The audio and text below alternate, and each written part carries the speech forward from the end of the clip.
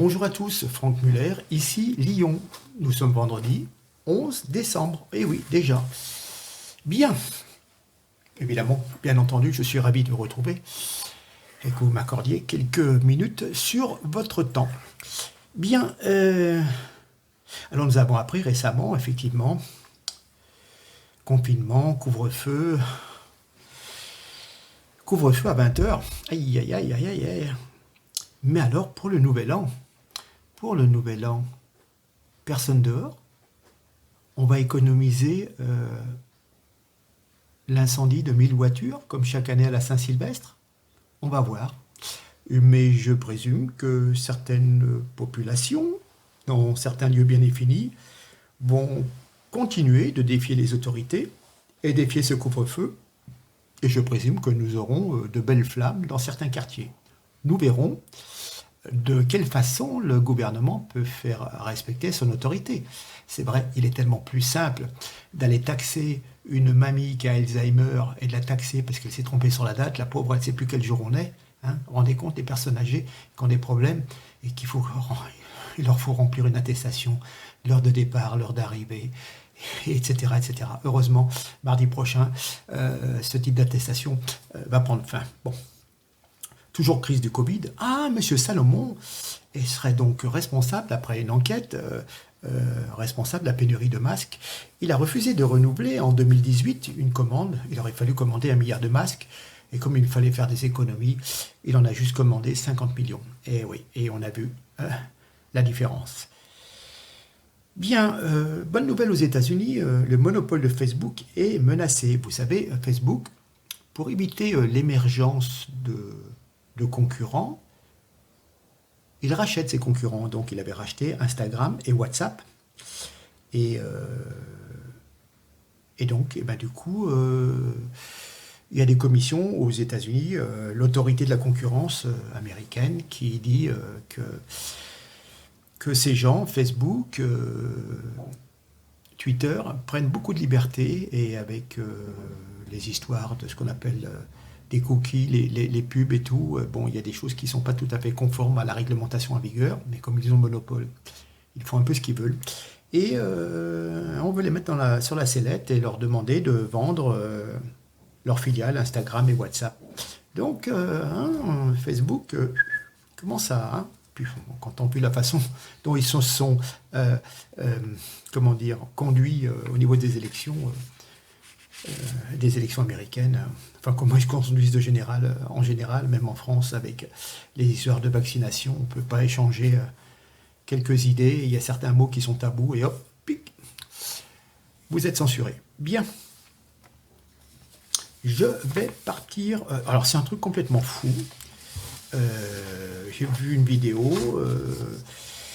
alors, si vous voulez, en France, après la censure, la liberté d'expression menacée... on a eu des convocations des médecins convoqués par leur ordre ou par d'autres structures pour diverses raisons. Il y a eu des menaces de mort contre le professeur Raoult. Et maintenant, nous assistons à une privation de liberté par internement contre son gré du professeur Fourtillon. Où va-t-on s'arrêter, C'est peut-être bien le premier mot de la devise nationale, liberté, qui est mise à mal. Effectivement, nous apprenions, donc ça circule un peu sur Facebook, le professeur Jean-Bernard Fourtillon, qui a participé au tournage du film Hold Up, aurait été interné contre son gré à l'hôpital psychiatrique, le Macaréron de la ville d'Uzès, hier 10 décembre, sur ordre du préfet du Gard. Rappelons que le professeur Fourtillon est apparu dans le film avec un passage de 3 minutes 25 et s'était fait attaquer verbalement par l'Institut Pasteur. D'après l'Institut Pasteur, les propos tenus dans le film Hold Up seraient erronés ou faux, et l'Institut Pasteur voulait même déposer plainte, mais à première vue, pour l'instant, il n'y a toujours pas eu de plainte reçue par le professeur Fourtillon. Par contre, le professeur Fourtillon avait déposé plainte pour diffamation contre le docteur Olivier Schwartz, le directeur scientifique de l'Institut Pasteur, pour mensonge, déformation de la vérité, préjudiciable à sa notoriété scientifique et pour les peuples du monde qu'il veut protéger. Voilà, sur un reportage de 20h de France 2 le 15 novembre. Voilà. Et dans cette plainte, alors bon, on arrivera à savoir, mais bon, pour l'instant c'est un petit peu frais, le professeur Fourtillan déclarait que ses comptes bancaires avaient été gelés, le laissant sans moyen de paiement. Donc il y a une vidéo qui est postée sur YouTube qui fait état de cet internement et détaille les contours et expliquant le lieu, l'hôpital, l'adresse, le numéro de téléphone, et que ce monsieur Fourtillan serait retenu contre son gré. Oh, ça me rappelle les méthodes soviétiques, hein. Les opposants, s'ils étaient un peu trop célèbres, au lieu de les envoyer au goulag, on les envoyait en hôpital psychiatrique, hein. Je crois que c'était Solzhenitsyn, etc., etc. Donc c'est des méthodes staliniennes, si vous voulez. Et ben voilà, ça commence tout doucement, ça s'installe, hein. Le jour où vous ne voudrez pas vous faire vacciner, on dira oh là là, mais vous compromettez la santé de vos citoyens, de vos voisins et tout. Vous êtes un dangereux opposant, un dangereux complotiste, hein, et puis on vous mettra en maison de redressement ou en centre fermé à l'abri pour que vous ne contaminiez pas par vos idées, peut-être par votre corps, les autres gentils moutons qui, eux, se seront fait vacciner avec toutes les drogues possibles. Bien. Après cette introduction, je vais revenir sur deux choses, Trump et puis le docteur Kahn qui est passé encore sur les infos sur BFM, le professeur Kahn, donc qui est assez surprenant aussi. Voilà, je vous rejoins dans 15-20 secondes. Je vous laisse regarder des petites images, on est d'accord? Allez, à tout de suite, merci.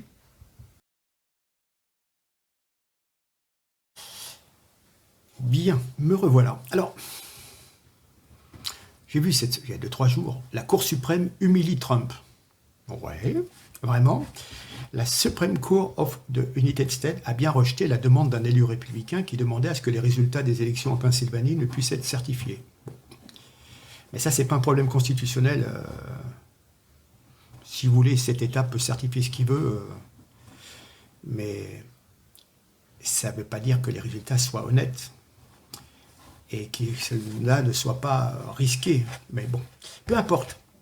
Nos médias ne disent, ce que nos médias ne disent pas, c'est que l'État du Texas, ainsi que l'Alabama, l'Arkansas, la Floride, le Kentucky, la Louisiane, le Mississippi, la Caroline du Sud, je crois, le Dakota du Sud, poursuit, donc tout ce groupe d'États poursuit les États de Géorgie, du Michigan, de Pennsylvanie et du Wisconsin devant la Cour suprême. Car le Texas fait valoir que ces 4 États ont violé la Constitution car ils ont adopté de nouvelles lois électorales pour permettre le vote par correspondance. Et donc, ils ont adopté aussi d'autres modifications du processus électoral. C'est pour ça qu'on en a vu des 100% de participation, voire même plus de votants que de personnes inscrites. Hein, parce que les enveloppes, ça y allait, hein, les enveloppes, hein, ça arrivait de tous les côtés. Hein. Donc, voilà. Ce qui se passe, c'est que la Constitution des États-Unis stipule explicitement que seuls les législateurs des États, et non les gouverneurs, ne peuvent modifier la manière dont les élections sont traitées. Hein. Les médias restent assez discrets à ce sujet et tentent de faire croire que ce n'est rien, mais c'est un accord énorme. La Cour suprême a déjà inscrit sur ces registres de passer sur ce dossier. Voilà. Donc, si ce qu'on appelle Supreme Court of the United States juge que la Géorgie, le Michigan, la Pennsylvanie, le Wisconsin ont effectivement violé la Constitution parce qu'ils ont adopté des lois qui ne sont pas conformes. Hein, voilà. Hein. Donc, les votes qui ont été autorisés par ces nouvelles lois, les votes par correspondance, etc., qui ont été faits un peu n'importe comment, peuvent être rejetés, ou alors les élections dans ces États deviennent nulles et non avenues. C'est-à-dire qu'en fin de compte, on supprime les voix de ces 4 États. Alors, premier résultat, simplement les votes par correspondance sont rejetés. Alors là, le président Trump, si vous voulez, remporte les 4 États avec une écrasante majorité, parce que Biden gagnait à 99% sur des votes, ou 90%, c'est les votes par correspondance. Hein. Tous les votes par correspondance étaient pour Biden. Et les gens qui allaient au bureau de vote, ils étaient pour Trump. C'est bizarre, hein. Bon. Voilà. Donc, Voilà, n'oubliez pas que les bulletins de vote par correspondance ont été massivement favorables à Biden, plus de 90%. Si ces votes ne comptent plus, Biden, donc, perd des dizaines de milliers de voix dans les 4 États. Et comme sa marge était relativement de 1% ou moins, eh ben, c'est Trump qui passe, qui remporte les 4 États. Et alors, si c'est la deuxième solution, c'est-à-dire que les élections dans ces États deviennent nulles et non avenues, eh ben, il y aura donc 62 votes, c'est-à-dire 62 grands électeurs qui disparaissent du collège électoral au niveau du décompte, puisque les représentants de ces États ne seront pas présents, ce qui signifie que personne n'obtiendra les 270 votes du collège électoral qui est requis pour remporter l'élection. Et donc,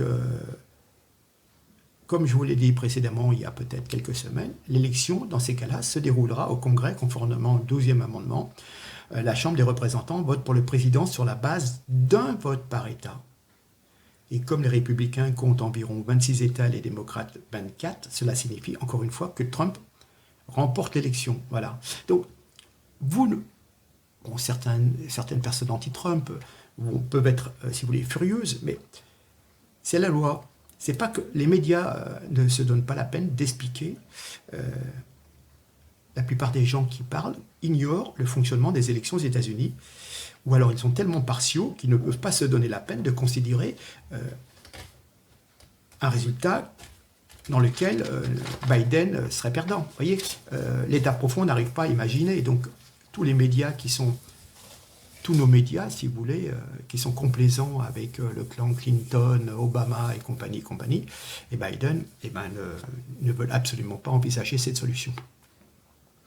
Donc voilà, parce que Trump, c'est un empêcheur de tourner en rond, même si des aspects de sa personnalité ne me conviennent pas. Il a envoyé, pendant 4 ans, personne n'est allé se faire trouer la peau pour aller envahir des pays. Je vous l'ai déjà dit, c'est facile d'aller faire la guerre à l'autre bout du monde, et puis les migrants, c'est nous qui récupérons toute la détresse humaine. Voilà. Bien, alors, je vous ai déjà parlé, je crois, il y a une dizaine de jours, du professeur Axel Kahn, qui nous avait déclaré que Pfizer était européen, alors que ça fait 150 ans qu'ils sont américains, fondés par des Allemands. Et puis, voilà. Alors, je tiens... Pour éviter, si vous voulez, certaines allusions, et pour me couvrir aussi, j'ai regardé Kahn. C'est une consonance juive. Alors effectivement, dans l'origine de la famille, le papa, M. Kahn, le papa de Axel Kahn, Jean-François Kahn, et puis un autre, ils sont 3 frères, tous des grosses têtes. Enfin, Jean-François Kahn, vous était journaliste. Le papa est juif et la maman est catholique. Donc, il semblerait que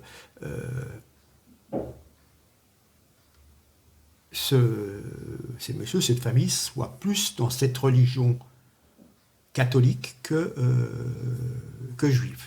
Mais bon, il s'est quand même intéressé à ses origines, etc.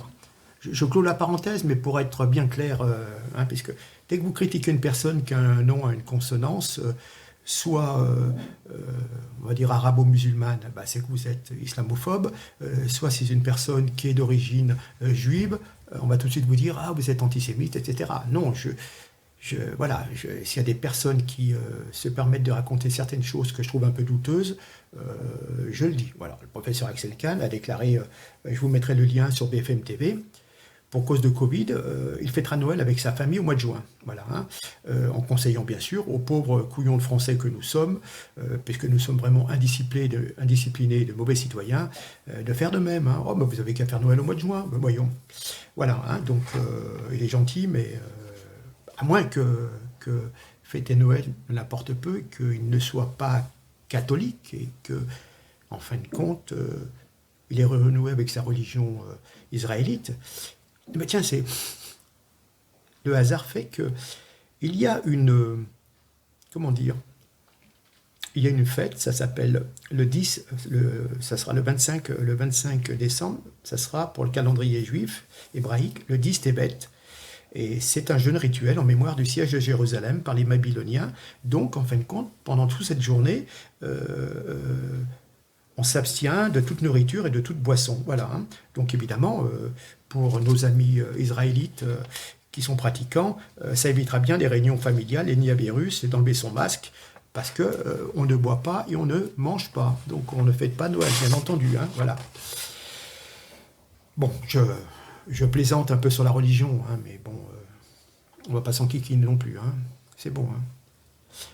Voilà. Alors, voilà, c'est le ton un petit peu de du professeur Axel Kahn. Vous voyez, des gens qui ont fait des grandes études, qui sont des grands savants et tout, et qui prennent un petit peu de haut les sans dents que nous sommes. Vous voyez, hein. Ça me gêne un peu. Enfin bon, ça m'énerve. Ça m'énerve un peu, parce que c'est tout est de notre faute. Et vous allez comprendre pourquoi. Je vous mettrai la vidéo, vous allez regarder. Hein. Vous allez regarder. Mais de quel droit ce grand professeur, hein, professeur je sais tout si vous voulez, hein, catholique pratiquant, peut-être, d'origine juive, oui, peu importe, mais ce monsieur se permet de sommer les chrétiens et de dire vous n'avez qu'à aller faire Noël au mois de juin. Hein. Voilà, est-ce que moi, admettons que le professeur Raoult, qui doit être assimilé chrétien ou catholique, dirait à nos amis israélites de fêter les fêtes de Rosh Hashanah ou d'autres fêtes à une autre date en disant oh ben vous avez qu'à les fêter un autre truc. Hein. Ah puis Pâques, faites-la au mois d'août. Puis voilà. Non mais attendez, il y a une date. Noël c'est Noël. Bah, après c'est tout. Bon. Voilà. Mais personne ne dit rien, personne ne s'étonne. C'est un grand professeur, il est dans le système et tout. Socialiste, parti communiste, il a navigué un peu de ce côté-là. Donc, vous voyez, c'est une sommité, hein, voilà, qui a la bonne parole. Et bah, c'est sûr qu'il ne va pas avoir une parole, si vous voulez, souverainiste, hein, on est bien d'accord. Voilà. Mais ça passe comme une lettre à poste. Hein. Personne ne dit rien. Puis, alors, bah, évidemment, si vous faites une remarque comme je viens de le faire, on va dire ouh, mais tu t'opposes au professeur Kahn, c'est antisémite et tout, voilà. Non, mais. Puis alors, ce qui m'a étonné, c'est que dans cette interview, donc sur BFM, alors que précédemment, dans l'autre, il nous disait que l'immunité collective, ça n'existait pas. Hein. Sur le journal de France 2, de début décembre, ça n'existait. C'était début décembre ou c'était fin novembre, 21 novembre, je crois. Enfin bon, bref, je vous en ai parlé il y a une dizaine de jours. Et il nous disait que l'immunité collective n'existait pas. Et maintenant, il soutient que oui, l'immunité collective, mais ça existe. Mais pour l'atteindre, il faudrait qu'il y ait des centaines de milliers de morts. Et donc, la seule immunité collective, c'est la vaccination. De préférence avec le vaccin de Pfizer, hein, parce que c'est son pote. Voilà. Donc, en fin de compte, c'est ou le vaccin ou le cercueil. Hein. C'est presque une menace de mort. Hein. Voilà. Mais il insiste et menace les Français en des termes peu dignes d'un supposé grand professeur de médecine. Mais si vous fêtez Noël le 25 décembre, hein, faites gaffe. Hein, oui. Hein, mais franchement, ils nous menacent ou quoi? Non mais attendez, c'est du grand n'importe quoi.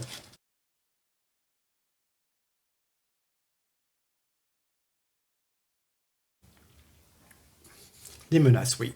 Alors, cette expression, ne faites pas les cornichons. Est-ce qu'il voulait dire ne faites pas les cons? Mais il a trouvé une excellente alternative. Hein. Il traite les Français de cornichons.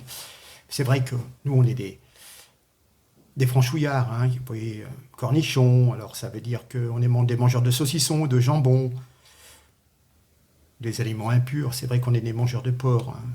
Je sais pas. J'ai l'impression d'un double mépris, si vous voulez. Mépris du Français de base qui mange du cochon. Et puis, peut-être mépris des classes populaires et des traditions françaises. J'ai l'impression, hein, vous voyez, cette élite-là, ça me gêne énormément. Enfin bon. Alors, il nous dit bien, hein, s'il y a une deuxième vague, c'est la faute aux Français. Hein, ils n'ont pas fait assez gaffe. Hein. Attendez, c'est un professeur, l'autre, il dit, vous n'avez pas fait gaffe. Ouais. Non, mais attendez, je rêve. Hein. Voilà. Hein. Enfin, il indique bien l'ennemi, hein, c'est-à-dire que c'est le peuple l'ennemi, le coupable. Hein, c'est pas le gouvernement et sa gestion aléatoire, voire criminelle de la pandémie, des gens qui n'ont pas commandé des masques, des gens qui n'ont pas commandé des tests, enfin bon, des tas de choses. Non. C'est la faute des Français. Voilà. Hein. C'est les Français les coupables, donc ils doivent être punis. Donc pas de Noël. Vous voyez un petit peu des gens, des scientifiques, oui, des têtes, hein, donc, mais on arrive à une espèce d'élite où vous êtes de la merde. Voilà. C'est le sentiment que ça donne. Hein, voilà.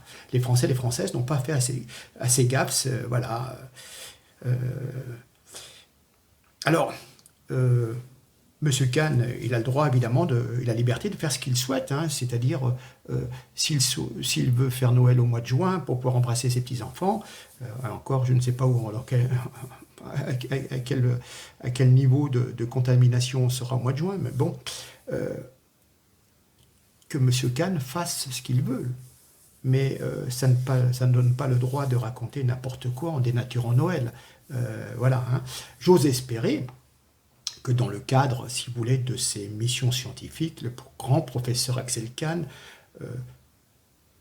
ne prenne pas autant de liberté avec le réel. Noël, c'est le 25 décembre, c'est une tradition, c'est le solstice d'hiver, et voilà. Hein. Même avant l'ère chrétienne, c'était déjà un passage autant païen, si vous voulez. Hein. Voilà. Donc, mais pour vous dire, ça m'a semblé intéressant de relever un petit peu ce qui se passe dans la tête de certaines élites. Vous voyez. À un moment, ils sont tellement sur des nuages, ils sont tellement dans des trucs à gérer des formules scientifiques que les préoccupations de tradition, d'humanité, d'amour, des traditions familiales, d'amour, oui, ben non. Ça lui paraît dépassé que les gens souhaitent quand même fêter Noël et se retrouver après des mois et des mois d'abstinence quelque part. Mais bon, sur ce, écoutez, je vous laisse méditer là-dessus. Je vous mets le lien de la vidéo en description. Vous irez voir, vous verrez si vous avez été un petit peu choqué, titillé comme moi. Bon, je vous en avais déjà parlé il y a 15 jours, j'avais trouvé qu'il avait été un peu menteur sur les bords. Et bien là, il rajoute une couche au niveau de l'élite, hein, si vous voulez. C'est pour vous démontrer ce que les gens, tout en haut, la façon dont ils se comportent. Après, c'est tout. Hein. Et ça, c'est valable pour quelle que soit la race, l'origine ethnique, etc. Ne m'embarquez pas sur un truc comme ça. Mais justement, au contraire, le fait que ce monsieur, ben non, c'est comme ça. Bref, enfin bon, c'est... Moi j'en parle puisque on me l'a signalé, on m'a dit t'as vu, Kahn il a encore raconté un truc, il dit qu'on est des cornichons, qu'on fait pas gaffe. Je trouve que c'est pas des choses à dire sur une télévision de la part d'une personne scientifique comme lui, quoi. Voilà. Mais bon après il s'est peut-être lâché et puis ce monsieur il a 76 ans ou 73, enfin bon. Peut-être qu'à un moment aussi il est un petit peu fatigué, je sais pas. Voilà. Mais bon, je souligne le fait, je vous l'apporte, vous allez avoir des jours à regarder des vidéos, jeter un œil pour vous faire une idée. Et ça permet de mieux comprendre comment fonctionne le système, c'est tout. C'est ce que je voulais signaler. Hein, d'accord? Voilà. Et bien écoutez, je vous dis début de semaine prochaine, on verra. Et je reviens sur l'affaire Trump, je crois qu'il y aura une décision, je crois jeudi prochain, 15 heures. On en saura un peu plus par rapport à cette histoire des États qui attaquent les autres États pour des lois qui étaient passées, qui ne sont pas conformes à la Constitution.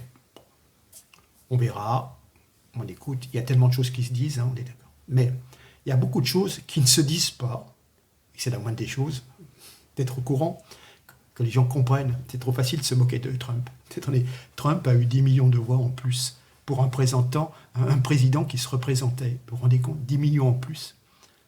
Alors généralement, tous les présidents sont plutôt en perte. Il a eu 10 millions en plus. Malgré la crise du Covid, malgré plein de choses, il a eu 10 millions d'électeurs de plus. Et des dizaines de milliers de personnes qui allaient à ces meetings. Et quand vous voyez les meetings de Biden, il sortait pratiquement pas. Et puis, c'était pour raconter des absurdités. Je vous avais raconté qu'il parlait de son fils qui était mort. Et comme s'il était à côté de lui, enfin bon, il y avait des choses qui étaient abracadabrantesques, comme dirait Chirac, voilà. Bon, sur ce, je vous souhaite un bon week-end, et puis à la semaine prochaine. Merci, partagez, s'il vous plaît, c'est calme en ce moment. Allez, au revoir, merci.